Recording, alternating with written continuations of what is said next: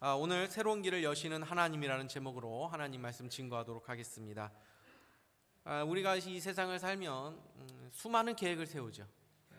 지금도 우리의 머릿속에는 여러 가지 또 계획들이 또 있으실 것입니다. 처음에는 에 대한 계획, 또 이 계획이 안 되면 두 번째는 이 계획, 3차 계획, 이렇게 여러 가지 또 계획을 할 수 있죠. 그러나 사람의 계획은 완전하지 않죠. 불완전합니다. 여행을 갈 때 참 꼼꼼하게 계획을 하는 사람이 있습니다. 소위 MBTI에서 T 성향을 가진 사람, 계획적인 사람들이 있죠. 뭔가를 계획을 하지 않으면 실행을 하지 않는. 그러나 그렇게 계획을 한다고 해서 다 됩니까? 여행을 갈 때마다 우리가 늘 느끼는 거죠. 내 계획대로 되지 않는구나. 늘 돌발 상황이 있고 또 어떠한 나의 계획이 틀어지는 일들이 날마다 일어나는 것입니다. 우리 인생도 그런 것이죠. 그러나 하나님의 계획은 완전한 줄 믿으시기를 바랍니다. 오늘 본문 보시면 바울이 2차 선교 여행을 하는데, 바울이 2차 선교 여행을 하면서 나름대로 계획을 세웠거든요. 그 계획은 무엇이냐면 크게는 1차 선교 여행지를 방문하는 일이었습니다. 15절 36절을 보십시오. 며칠 후에 바울이 바나바더러 말하되 우리가 주의 말씀을 전한 각 성으로 다시 가서 형제들이 어떠한가 방문하자 하고, 이것이 2차 계획의 목적입니다. 그런데 오늘 2차 선교 여행을 이제 시작하게 되는데, 2차 선교 여행을 보면 바울의 모든 계획이 처음부터 틀어지는 것을 보게 됩니다. 일단 사람부터 달라집니다. 바울은 원래 바나바와 함께 2차 선교 여행을 가고자 계획을 세웠거든요. 근데 시작부터 생각지도 못하게 바울은 새로운 사람과 함께 선교 여행을 하게 되죠. 실라와 디모데 그리고 누가가 2차 선교 여행을 함께 동행하게 됩니다. 그리고 그가 원래 생각했던 목적과 방향도 전혀 달라지게 됩니다. 오늘 본문 6절에서 7절을 보십시오. 성령이 아시아에서 말씀을 전하지 못하게 하시거늘 그들이 부르기아와 갈라디아 땅으로 다녀가 무시아 앞에 이르러 비두니아로 가고자 했으되 예수의 영이 허락하지 아니하시는지라. 여기서 아시아는 우리가 사는 그 아시아 대륙을 말하는 게 아닙니다. 소아시아, 지금으로 말하면은 튀르키예, 이 터키, 옛날 말로 이 터키 지역을 말하는 것이죠. 바울이 그쪽에 가려고 한 것입니다. 왜냐하면 그곳에 많은 교회들이 있었기 때문입니다. 요한계시록을 보면 7교회의 편지를 보내지요. 그 7교회가 바로 이 소아시아 지역에 있었습니다. 7교회의 편지 보냈다고 해서 소아시아 지역에 7교회만 있었던 건 아니죠. 많은 교회들이 있었지만 대표적으로 7교회에 편지를 보낸 것입니다. 베드로전서에도 이렇게 베드로가 편지를 합니다. 1장 1절 보시면 예수 그리스도의 사도 베드로는 본도, 갈라디아, 갑바도기아, 아시아와 비두니아에 흩어진 나그네, 이 흩어진 나그네를 누구 말하는 것입니까? 흩어진 성도들, 흩어진 교회를 말하는데, 이 교회들이 지도를 한번 보십시오.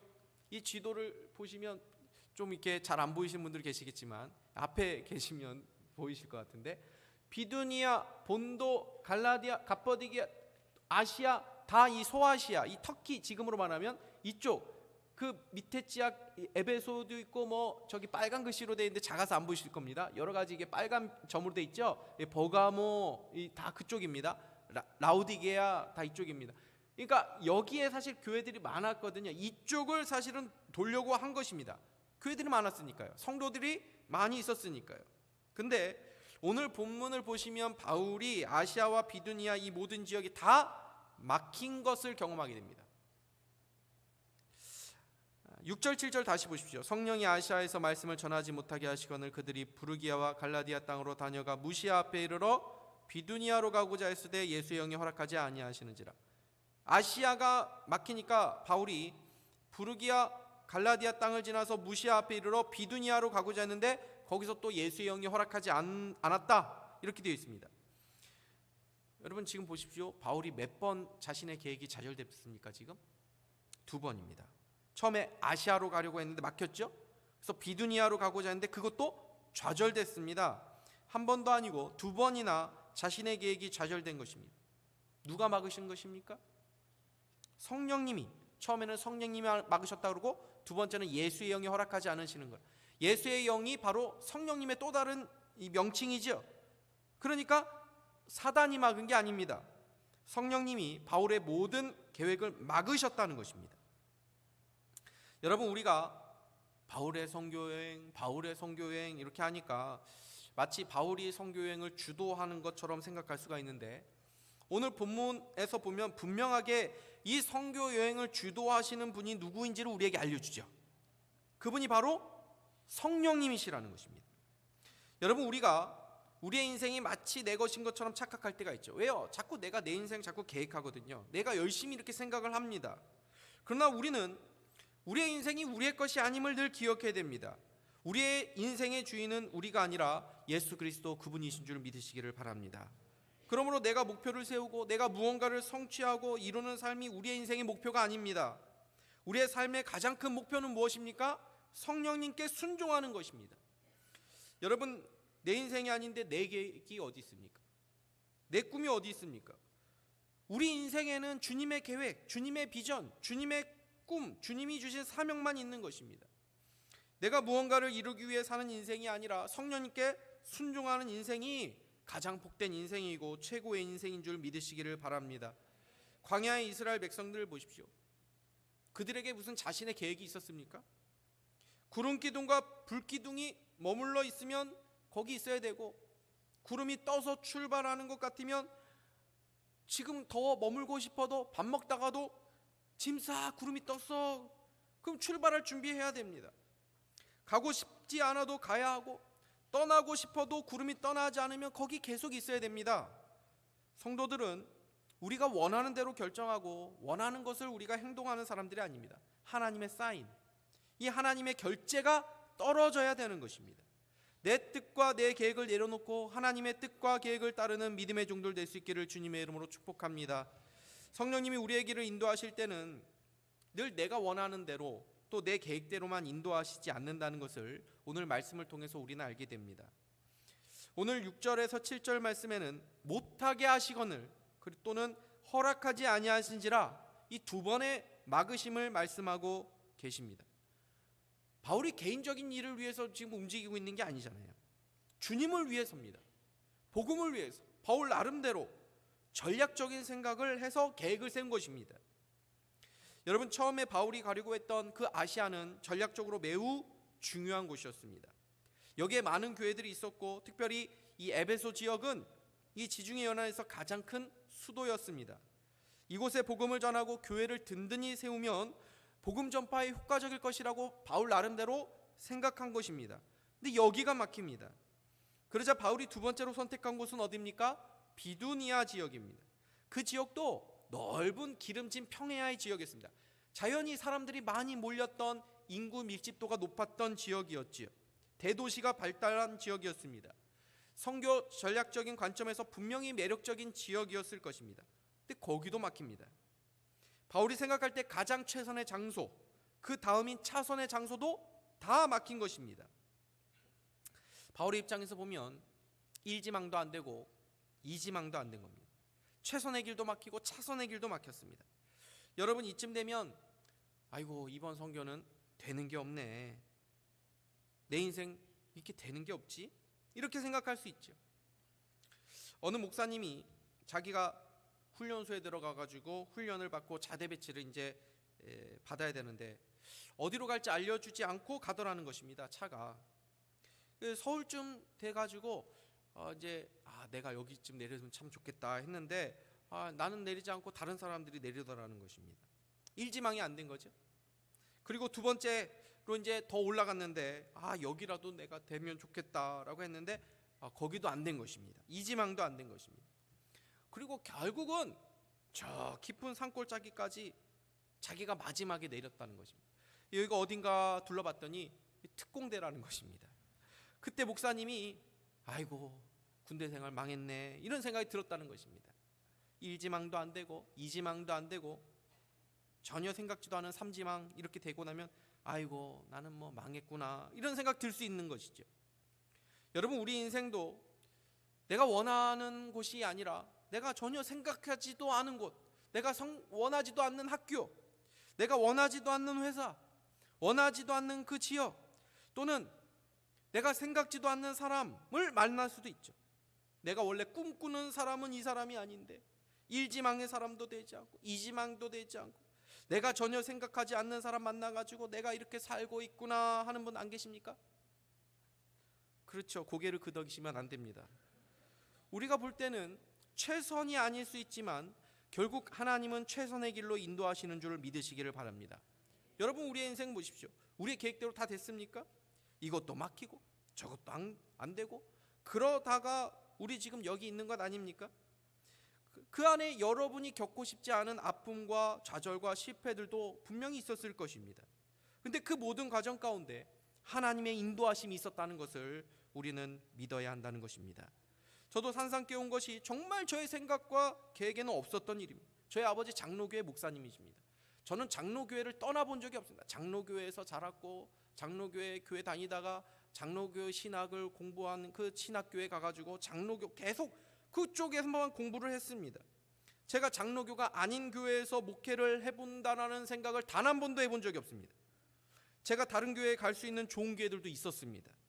설교도 하고 면접도 봤습니다. 근데 다 될 것 같았는데 결국 안 되더라고요. 근데 전혀 생각하지 못한 이 산상교회로 하나님이 인도하셨습니다. 수원은 저는 한 번도 살아본 적도 없습니다. 아는 사람도 없습니다. 전혀 새로운 곳으로 하나님께서 저를 인도하셨습니다. 그러나 저는 여기가 하나님께서 저에게 인도하신 최고의 길임을 믿습니다. 이 과정 가운데 하나님의 막으심을 저도 경험한 거죠. 여러분, 하나님의 인도하심과 계획 가운데는 우리의 실패도 있을 수 있는 것을 우리는 기억해야 됩니다. 여러분, 이 말이 불편하게 들리십니까? 그렇지 않습니다. 오히려 우리에게 소망이 있는 말씀이죠. 우리의 실패와 좌절이 하나님의 인도하심이 들어있지 않는다고 한다면 우리는 더 절망하게 될 것입니다.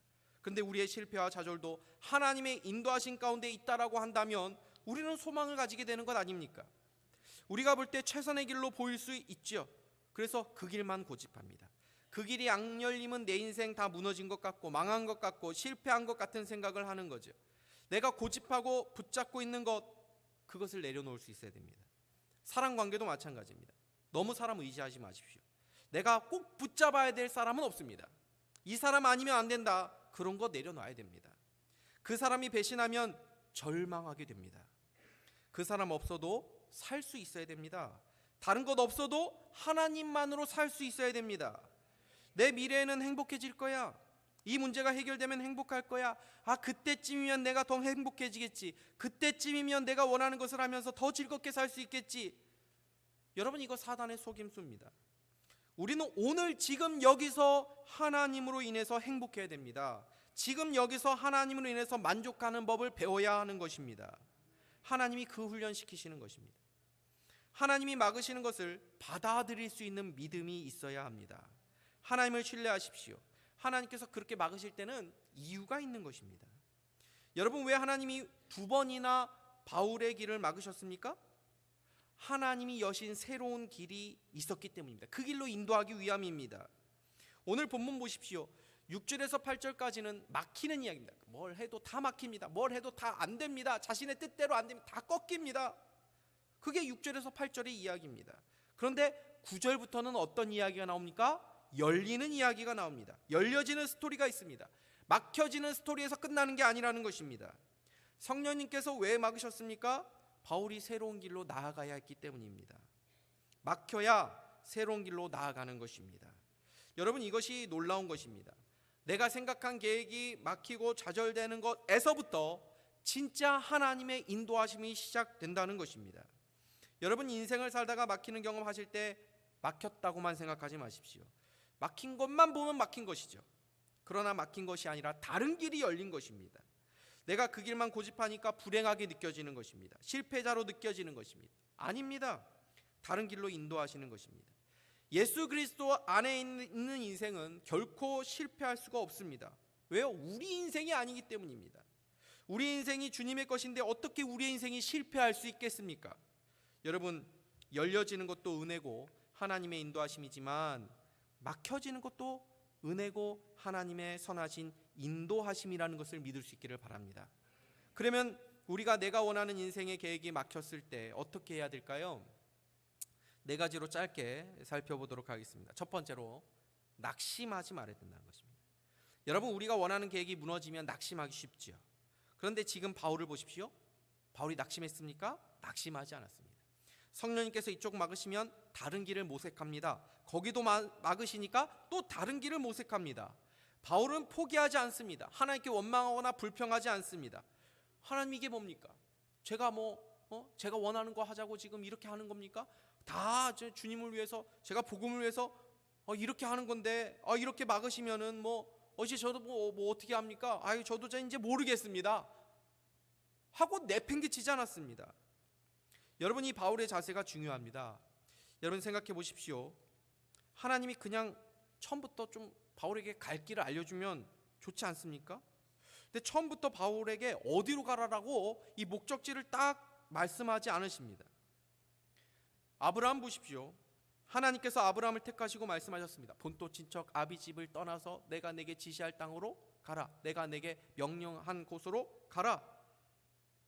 왜 떠나야 되는지에 대한 설명도 없고 그 최종 목적지도 말씀해 주지 않으십니다. 그때부터 아브라함은 목적지도 알지 못한 채 믿음의 여정을 하게 됩니다. 여러분, 왜 하나님은 우리를 이런 방식으로 인도하십니까? 우리는 목적을 중요하게 여기죠. 결론이 중요합니다. 결론부터 말해. 그래서 결과가 뭐야? 결과, 목적, 결론. 우리는 이것을 늘 먼저 생각하고 싶어 합니다. 그런데 하나님은 그렇게 하지 않습니다. 우리에게 이 방황하는 시간을 허락하시죠. 우리는 방황이 헛된 시간인 것 같고 낭비된 것 같고 그래서 뭔가 방황하지 않기를 우리가 원하지만 하나님은 그 시간을 허락하실 때가 많습니다. 왜요? 그 시간을 통해서 우리가 배울 수 있는 것이 있기 때문입니다. 하나님은 그 시간 속에서 우리가 목표하는 것을 이루는 것에 관심을 두기보다는 그 과정 속에서 하나님에 대해서 우리가 관심을 갖기를 원하시는 것입니다. 근데 그 과정에는 우리가 겪어야 되는 필연적인 것이 무엇입니까? 우리가 꺾여지는, 우리가 방황하는 시간, 우리가 퇴보되는 시간같이 느껴지는 그 순간들입니다.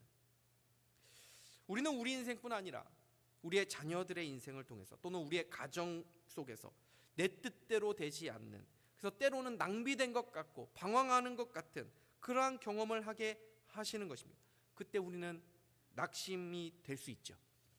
우리가 그때 하나님 왜 이렇게 하시는 것입니까? 어디에 하나님의 뜻이 있는 것입니까? 라고 묻습니다. 그 시간을 하나님께서 원하시는 것입니다. 바울은 자신의 계획이 막히는 경험을 했지만 포기하지 않았습니다. 왜요? 자신의 계획은 불완전해도 하나님에 대한 자신의 그 부르심, 하나님이 주신 그 사명, 그것은 확실했기 때문입니다. 여러분, 우리가 이것을 내 계획을 붙잡아서는 안 되고 이 하나님의 부르심을 붙잡아야 되는 것입니다. 내 계획은 불완전합니다. 그러나 우리에 대한 하나님이 우리에 주신 그 부르심은 확실하죠. 하나님께서 우리에게 허락하신 구원은 확실하죠. 하나님께서 우리에게 주실 그 최후의 승리는 확실하죠. 그러니까 이 본질을 붙잡을 때 우리는 낙심하지 않는 것입니다. 주의 일을 한다면 여러분 낙심하지 마십시오. 낙심한 일이 생길 수 있습니다. 그러나 사명 포기하지 마십시오. 저도 목회를 하고 있지만 낙심이 찾아올 때가 많습니다. 좀 저의 한계를 느낄 때도 많습니다. 야, 내가 이거밖에 안 되나? 내가 또 실수했구나. 내가 또 이렇게 어설프게 했구나. 근데 오늘 말씀 준비하면서 다시 결심했습니다. 어떤 상황에서도 주의 말씀을 증거하는 일은 내가 포기하지 말자. 왜요? 그것이 저에 대한 주님의 부르심이고 저의 사명임을 제가 믿기 때문입니다. 바울이 뭐라고 말씀합니까? 사도행전 20장 24절 보십시오. 우리 같이 한번 읽겠습니다. 시작. 내가 달려갈 길과 주 예수께 받은 사명 곧 하나님의 은혜의 복음을 증언하는 일을 마치려 하면은 나의 생명조차 조금 더 귀한 것으로 여기지 아니하노라. 아멘. 바울이 이 사명을 수행하고 완수하는 데 있어서는 방황을 했죠. 팀들이 있었습니다. 이쪽 가는데 막힙니다. 어머니, 리더인데 이쪽이 아닌가비요. 저쪽 가는데 저쪽이 아닌가비요. 팀원들 데리고 바울도 방황했습니다. 답이 모르죠. 바울도 어떻게 답을 합니까? 성령님께서 그걸 일일이 다 미리미리 얘기해 주시지는 않으시는데 그 과정은 방황하는 과정을 바울도 겪었습니다. 실수의 과정, 시행착오의 과정 바울도 겪었습니다. 그러나 주 예수께 받은 그 사명을 뭡니까? 은혜의 복음을 증언하는 일을 마치려 하면은 나의 생명을 조금 더 귀한 것으로 여기지 아니하노라. 그런 낙심하지 않았다는 것입니다. 여러분, 그러므로 환경이 아닙니다. 사명입니다. 바울이 이곳저곳 막혀도 복음을 전하는 행진을 멈추지 않은 것처럼 주를 위한 우리의 믿음의 발걸음이 멈추지 않기를 주님의 이름으로 축복합니다. 두 번째로 바울은 자신의 계획을 막혔을 때 성령님의 인도하심을 구했다는 것입니다. 다시 지도를 보십시오. 바울이 처음 가고자 했던 곳이 아시아 그 빨간 지역이죠. 거기 이제 저쪽까지 에베소까지 이렇게 밑에 쪽으로 다 막혔습니다. 그러니까 그 다음에 어디로 가겠냐면 비두니아 녹색 지역이죠. 막혔습니다.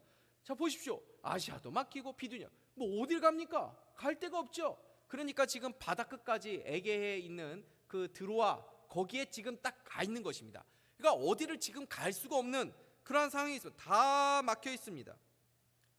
지금 드로아가 이제 그 우리가 잘 아는 그 트로이에 목마할 때 그 트로이, 그 드로아 거기를 말하는 것입니다. 근데 앞에는 바다고 양쪽에는 다 막혔으니까 기도했겠죠. 어디로 가야 됩니까?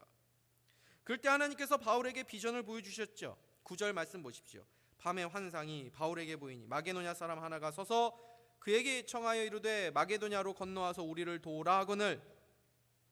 여러분, 마게도냐가 어디입니까? 그 에게해를 지나서 그 에게해 그 바다를 건너서 지금에 있는 유럽 대륙입니다. 그렇죠? 마게도냐 유럽 대륙입니다.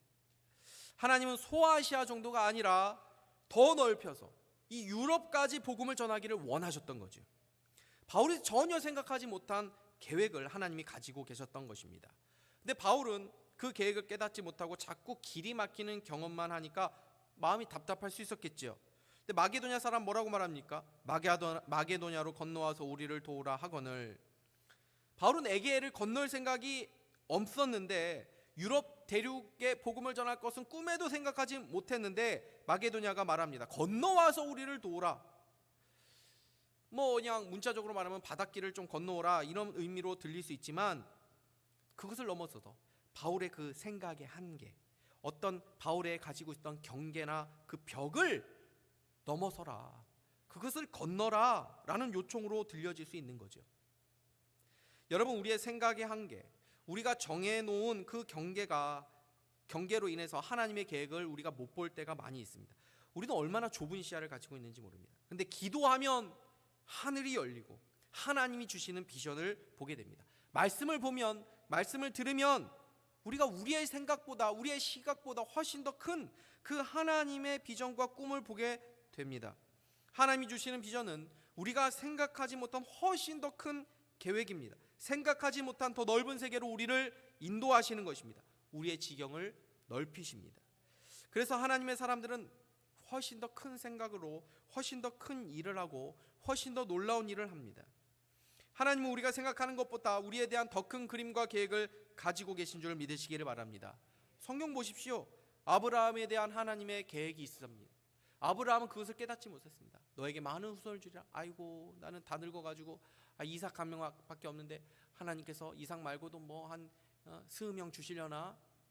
아브라함은 하나님이 자신에 대해 가지고 온 계획을 깨닫지 못했습니다. 그 계획이 무엇입니까? 아브라함으로 해서 큰 민족을 이루시고 이스라엘뿐 아니라 결국은 아브라함이 믿음의 조상, 온 열방에 예수 그리스도의 그 믿는 믿음의 조상이 되도록 하시지 않으셨습니까? 그 하나님의 놀라운 계획을 아브라함은 깨닫지 못한 것이지요. 모든 민족으로 제자 삼으라. 제자들에게 주님이 말씀하셨습니다. 제자들이 그 말씀 들었지만 정말 그런 놀라운 이런 계획을 제자들이 이해했을까요? 온 유대 사마리아 땅끝까지 이르러 내 증인이 되리라 했지만 이 유대 땅을 넘어가는 거 얼마나 힘들어했습니까? 그러나 주님은 그 제자들에 대해서 훨씬 더 큰 계획을 가지고 계신 것이죠.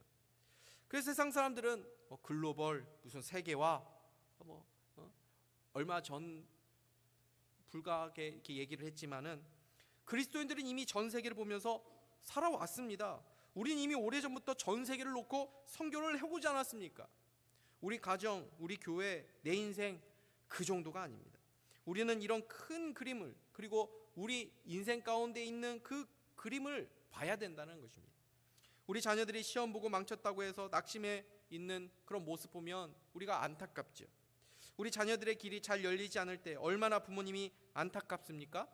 그러나 여러분과 여러분의 자녀들의 인생이 하나님 안에 있다면 그 어떤 인생이라 하더라도 우리의 생각과 한계를 넘어 하나님 앞에 쓰임받는 인생이 되는 줄 믿으시기를 바랍니다. 하나님의 인생, 하나님의 은혜가 있으면 됩니다. 여러분의 인생의 마스터 플랜을 하나님이 가지고 계십니다. 그 하나님께 나아갈 수 있기를 바랍니다. 그 하나님의 인도하심을 구하면 우리를 인도해 주실 줄 믿습니다. 더 좋은 길로.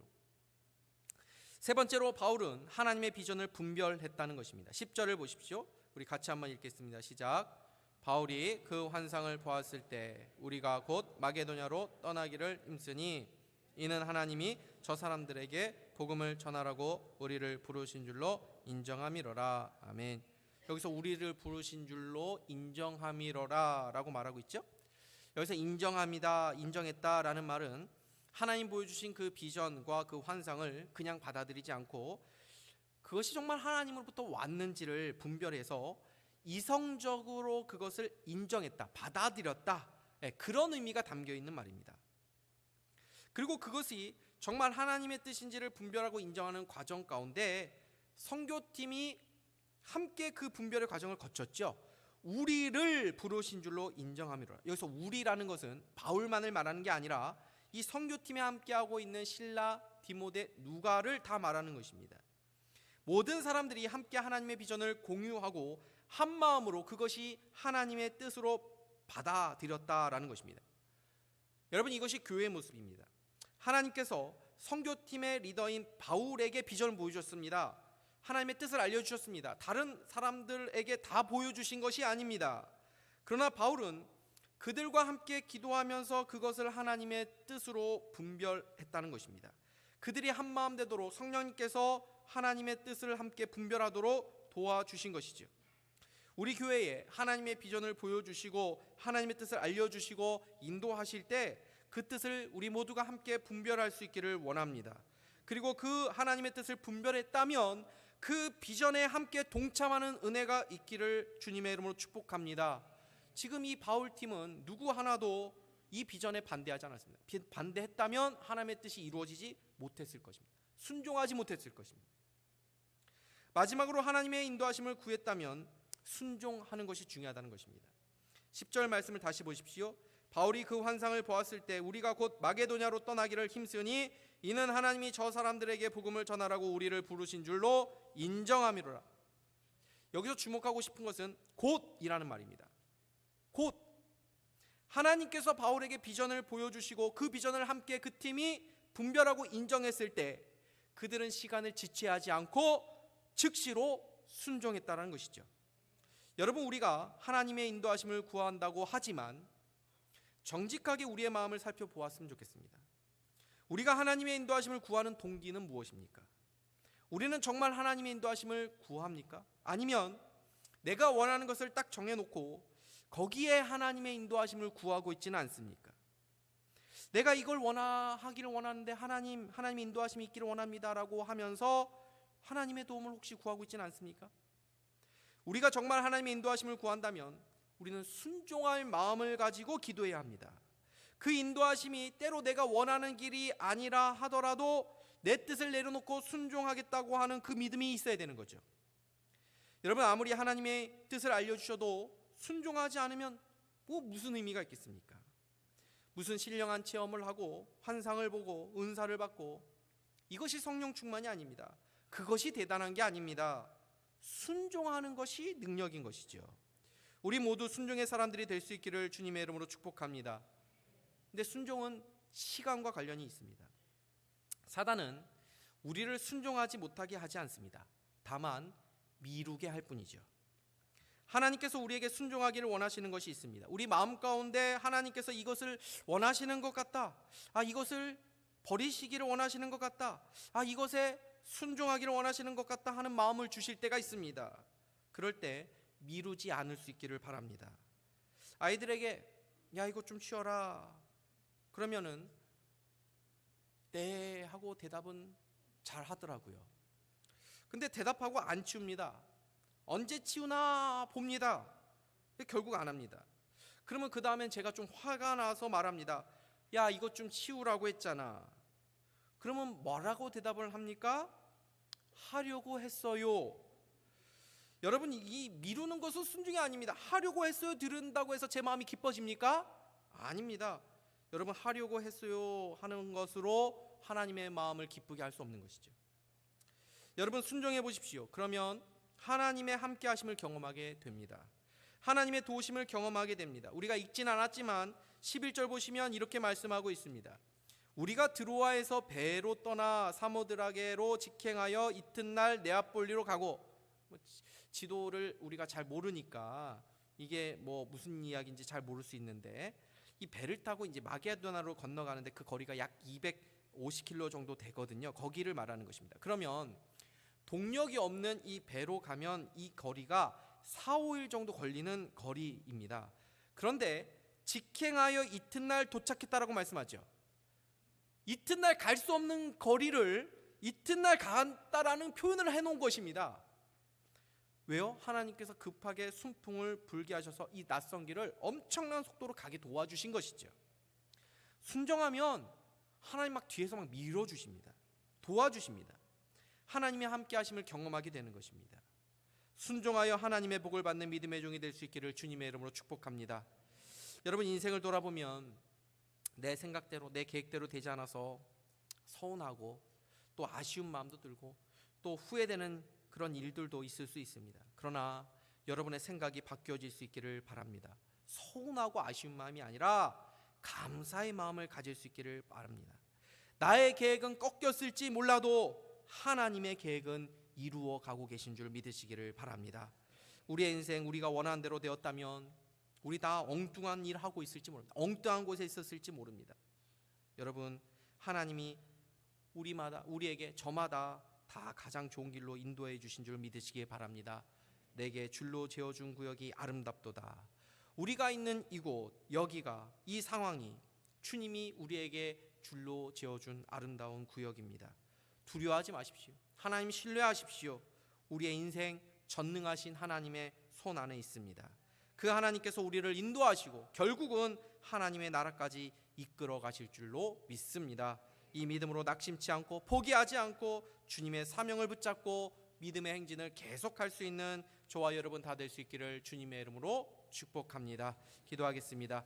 하나님 아버지, 감사합니다. 오늘도 귀한 말씀 우리에게 허락하여 주시고 다시 한번 우리의 사명 붙잡게 하여 주시고 우리를 일으켜 세워주시며 믿음의 길을 가도록 인도하여 주시니 하나님, 이 하나님의 격려의 말씀 붙잡고 주님 주신 이 사명의 길을 힘있게 걸어가는 우리 모두가 다 될 수 있도록 인도하여 주시옵소서. 예수 그리스도의 이름으로 기도하옵나이다. 아멘.